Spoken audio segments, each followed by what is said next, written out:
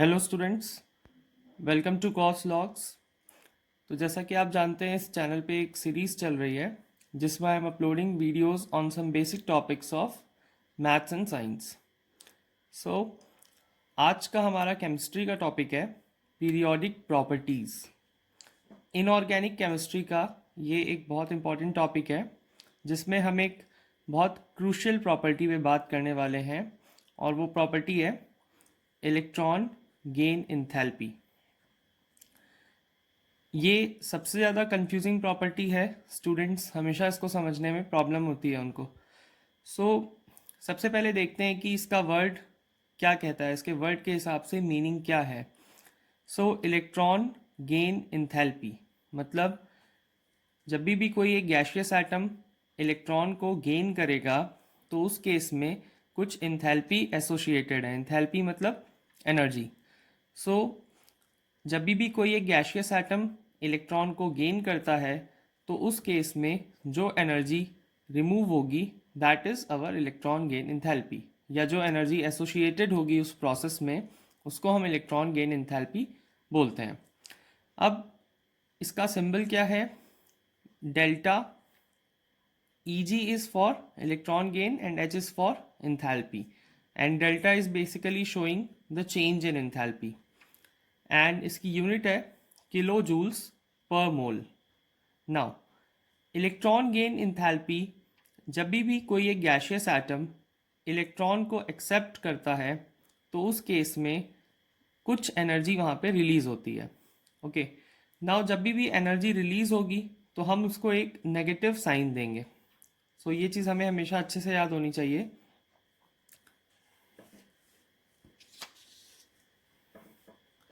Energy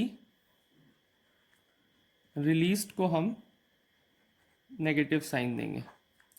now अब ये energy release क्यों होती है? क्योंकि कोई भी एक गैशियस एटम है, सपोज हम फ्लोरीन का कंसिडर कर लेते हैं, तो उसको ऑलरेडी इलेक्ट्रॉन का अट्रैक्शन है। अब हम उसको अगर एक्सटर्नली इलेक्ट्रॉन प्रोवाइड कर रहे हैं और क्योंकि उसको पहले से ही इलेक्ट्रॉन का अट्रैक्शन है तो इस प्रोसेस में एक एनर्जी यहाँ पे रिलीज होगी। अब ये जो एनर्जी रिलीज हो रही है इसको हम लोग नेगेटिव वैल्यू देते हैं, मतलब इलेक्ट्रॉन गेन इंथैल्पी की वैल्यू हम लोग नेगेटिव देते हैं। तो उसी लॉजिक से हम कह सकते हैं कि हैलोजेंस की जो इलेक्ट्रॉन गेन इंथैल्पी की वैल्यू है वो हमेशा क्या आएगी? नेगेटिव आएगी, क्योंकि हमें पता है कि हैलोजेंस का इलेक्ट्रॉन के टूवर्ड्स अट्रैक्शन रहता है। अब बात कर लेते हैं नोबल गैसेस की। नोबल गैसेस, जैसा कि हमें पता है कि उनकी कॉन्फ़िगरेशन ऑलरेडी स्टेबल रहती है, मतलब उनको इलेक्ट्रॉन्स की फर्दर और ज़रूरत नहीं है। तो हम ये एज्यूम करके चलते हैं कि उसको अब उसमें इलेक्ट्रॉन का अट्रैक्शन भी नहीं होगा। अगर हम बाहर से इलेक्ट्रॉन दे रहे हैं तो उसको इलेक्ट्रॉन का अट्रैक्शन भी नहीं होगा। इसीलिए नोबल गैसेस की जो इलेक्ट्रॉन गेन इंथैल्पी की वैल्यू आती है वो पॉजिटिव आती है। Why? Because now we have to provide energy from the external source अगर हम उसमें इलेक्ट्रॉन को एकोमोडेट कराना चाहते हैं। नोबल गैसेस की value is positive and halogens की वैल्यू इज नेगेटिव। नाउ इसको हम एक रिप्रेजेंटेशन से भी समझ लेते हैं, जैसे कि एक मैग्नीशियम का गैशियस एटम है। मैग्नीशियम का एक आइसोलेटेड गैशियस एटम है ये, और आइसोलेटेड गैशियस एटम ने एक इलेक्ट्रॉन को एक्सेप्ट किया है। नाउ व्हाट्स हैपनिंग, इसने एक इलेक्ट्रॉन को एक्सेप्ट किया, अब ये एक मोनोवैलेंट एनायन में कन्वर्ट हो गया। It is getting converted to monovalent anion. Why word anion? Because negative charge है। मोनोवैलेंट क्यों? क्योंकि सिंगल वैलेंसी है। तो इस केस में यहाँ पे जो इलेक्ट्रॉन गेन इंथैल्पी है वो हमारी है +67 किलो जूल्स पर मोल। तो इससे मुझे प्लस साइन को देख के क्या क्लियर होता है कि यहाँ पे इसको इलेक्ट्रॉन का प्रीवियसली अट्रैक्शन नहीं रहा होगा, इसीलिए हमें अदर एक्सटर्नली सोर्स से इसको एनर्जी प्रोवाइड करानी पड़ी इसके एटम में इलेक्ट्रॉन को एकोमोडेट कराने के लिए। अब हम देखते हैं एक हैलोजन का एग्जांपल, फ्लोरीन। फ्लोरीन का एक आइसोलेटेड एटम लेते हैं तो उसने इलेक्ट्रॉन को एक्सेप्ट किया, तो इसमें एक लार्जली नेगेटिव वैल्यू आ रही है, मतलब we are getting -328 kilo joules per mole. जैसा कि हमें पता भी है कि फ्लोरीन अपनी स्पेशल कॉन्फ़िगरेशंस की वजह से इलेक्ट्रॉन को बहुत ज़्यादा अट्रैक्ट करता है और पूरी पीरियोडिक टेबल में सबसे ज़्यादा इलेक्ट्रोनेगेटिव एलिमेंट है। सो वहीं एक्सपेक्टेशंस के हिसाब से इसकी इलेक्ट्रॉन गेन इंथैल्पी की वैल्यू इज़ लार्जली नेगेटिव, क्योंकि इसका अट्रैक्शन बहुत है इलेक्ट्रॉन की तरफ। तो जैसे ही इलेक्ट्रॉन इसके एटम में जाएगा तो it will release higher amount of energy. So अब हमें एक चीज़ क्लियर हो गई कि हायर नेगेटिव वैल्यू होगी अगर इलेक्ट्रॉन गेन इंथैल्पी की, तो उसका मतलब क्या होगा कि उसका इलेक्ट्रॉन की तरफ अट्रैक्शन ज़्यादा है और वो एक हायर इलेक्ट्रोनेगेटिव एलिमेंट है। ओके, अब हम लोगों ने हैलोजेंस और नोबल गैसेस पे तो बात कर ली कि हैलोजेंस की नेगेटिव इलेक्ट्रॉन गेन इंथैल्पी होगी और नोबल गैसेस की पॉजिटिव इलेक्ट्रॉन गेन इंथैल्पी होगी। इसका रीज़न भी हमने डिस्कस कर लिया है। अब इसमें एक बहुत इंपॉर्टेंट क्वेश्चन आता है जो कि हैलोजेंस का ही एक, हैलोजेंस में ही एक हमारे पास कंपैरिजन देते हैं और वो क्वेश्चन हमारा बेस्ड है फ्लोरीन की जो वैल्यू है that is -328 kilo joules per mole. Now इसी पर्टिकुलर ग्रुप का एक नेक्स्ट एलिमेंट है क्लोरीन। क्लोरीन की -349 किलो जूल्स पर मोल है।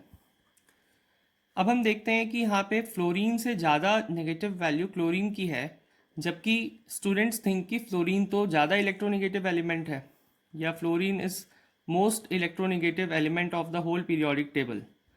सो now there is a confusion कि अब क्लोरीन की वैल्यू इससे ज़्यादा क्यों हो गई। तो इसको हम समझते हैं। जैसे अगर हम कंपेयर करें फ्लोरीन और क्लोरीन को, तो इन दोनों में जो प्रीवियसली इलेक्ट्रॉन प्रेजेंट हैं वो किस में ज़्यादा है, क्लोरीन में ज़्यादा है। Chlorine is having more number of electrons. So इसमें क्या होता है कि फ्लोरीन को अगर आप देखेंगे तो उसका एटॉमिक साइज भी छोटा है। फ्लोरीन का एटॉमिक साइज छोटा है एंड क्लोरीन का एटॉमिक साइज इज बिगर। सो अब आप जब एक एक्सटर्नल एजेंसी से इलेक्ट्रॉन प्रोवाइड कराते हैं, मतलब बाहर से एक इलेक्ट्रॉन आता है, तो फ्लोरीन में, क्योंकि फ्लोरीन में लेस स्पेस है, तो उसमें उस इलेक्ट्रॉन को एकोमोडेट कराने में हमें थोड़ी सी दिक्कत ज़्यादा होती है। मतलब क्लोरीन में स्पेस ज़्यादा है, तो इस वजह से क्लोरीन में electron compare to fluorine easily accommodate हो जाता है। दोनों को एक एक इलेक्ट्रॉन की ज़रूरत है अपना नोबल कॉन्फ़िगरेशन अटेन करने के लिए। बट थिंग इज़ कि फ्लोरीन एक छोटे साइज़ का एलिमेंट है, तो इसमें थोड़ी सी आप कह सकते हैं क्राउडिंग वाली प्रॉब्लम है। तो क्राउडिंग होने की वजह से क्या होता है कि फ्लोरीन में इलेक्ट्रॉन उतना इजीली एकोमोडेट नहीं हो पाता है। क्लोरीन में क्या होता है, क्लोरीन का साइज़ बड़ा है तो उसमें स्पेस ज़्यादा है। स्पेस ज़्यादा होने की वजह से इलेक्ट्रॉन आ करके अपना एक प्लेस तुरंत ऑक्यूपाई कर लेता है। सो इसको हम एक एग्जांपल से भी समझ सकते हैं। फ्लोरीन का एटॉम जो है वो आप उसको एक कार से समझ लो। एक कार में लिमिटेड स्पेस होती है, बट क्लोरीन का आप समझ सकते हैं कि एक बस है। तो एक बस में इलेक्ट्रॉन को आकर के अपनी स्पेस लेने में ईजी होगा एज कम्पेयर टू फ्लोरीन। तो आप ये कह सकते हैं कि फ्लोरीन में थोड़ी सी क्राउडिंग ज़्यादा होती है। तो इस वजह से जो हमको ये डिफरेंस मिल रहा है इलेक्ट्रॉन गेन इंथैल्पी का, उसका रीज़न यही है। सो क्लोरीन की हायर नेगेटिव वैल्यू है, मतलब क्लोरीन और इजीली एकोमोडेट कर सकता है इलेक्ट्रॉन को। सो इस वजह से इसकी और मोर नेगेटिव वैल्यू है इलेक्ट्रॉन गेन इंथैल्पी की। And on the same hand Nobel gases की वैल्यू जो है वो पॉजिटिव क्यों होती है, क्योंकि नोबल गैसेस में हमें पता है कि इलेक्ट्रॉन को गेन करने की कोई भी कैपेबिलिटी नहीं है। उनका ऑलरेडी पूरा कॉन्फ़िगरेशन कंप्लीटेड है। तो उनका कॉन्फ़िगरेशन कंप्लीटेड है मतलब कि अब उनको इलेक्ट्रॉन की कोई ज़रूरत नहीं है, तो उनका इलेक्ट्रॉन के टूवर्ड्स कोई अट्रैक्शन तो है नहीं। अब फिर भी अगर हम बाहर से कोई एनर्जी प्रोवाइड करते हैं तो हो सकता है कि वो एक इलेक्ट्रॉन एक्सेप्ट कर ले। तो क्योंकि हम एनर्जी प्रोवाइड कर रहे हैं तो इसलिए नोबल गैसेस की वैल्यू पॉजिटिव आती है इलेक्ट्रॉन गेन एंथैल्पी की। सो ये एक बहुत इंपॉर्टेंट पीरियोडिक प्रॉपर्टी है एंड आई होप आपको ये क्लियर हो गई होगी।